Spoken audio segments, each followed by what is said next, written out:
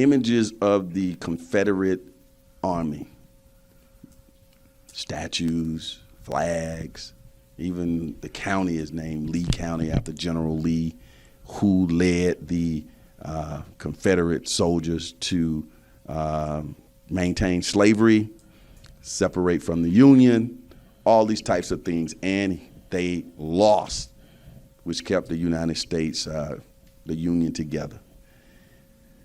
We have a lot of images around here and there, around the country. You see them falling, people taking them down, and so on and so forth. What do you think the position for the city of Fort Myers should be about those Confederate images? The city of Fort Myers should face it with their heads held high and making a decision of saying we respect each one of those images, but they have a place. That those images indicate separation, it indicates torture to a certain race, and negativity. When we have something like that, we should not have it in a public area.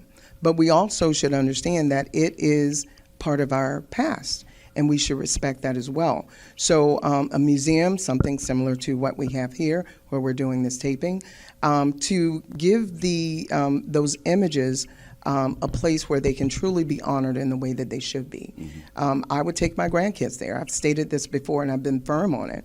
I want them to know their history. We need to know our history to make sure we don't make the same mistakes of our future. When you hear Black Lives Matter, do you distance yourself from that movement, or do you embrace Black Lives Matter? I absolutely embrace it. Why? This is because of the fact that we do matter. And it's not separating us. This is the thing. We have been abused. We have those images of George Floyd in our minds every single day. But there's so many others before George Floyd. So when you see a certain race being ignored, we're raising our hand and saying, hey, we matter. Black lives matter. All lives matter, but we're the ones who are being mistreated. When white people who are listening to you, who could conceivably vote for you, and they're uncomfortable with you being in support of Black Lives Matter, I'm not saying all white people, what can you say to white people to say, hey, don't worry, I'm for everybody?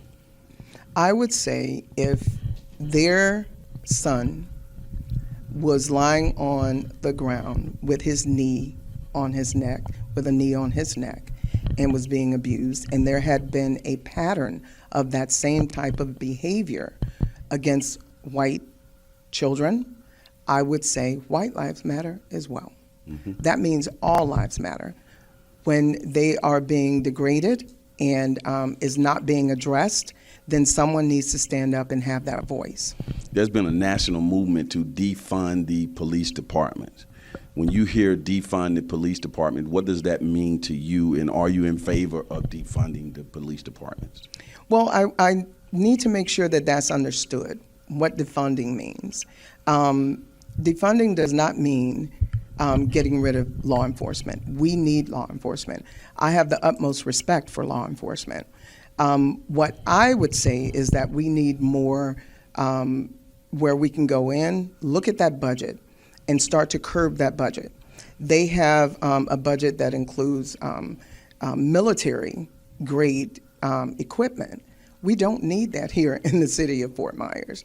There's not riots. There's not anything where it happens where they would need that type of military equipment to address anything in Fort Myers. So all of that training, all of that equipment that they're using, we don't need it. So why don't we use those funds to go towards community policing? I've seen it. They've done that with my mom. We lived in the Fort Myers area for years, and I've seen community policing at work. Let's use those funds and reallocate those funds to a place where it can actually be utilized in a positive manner.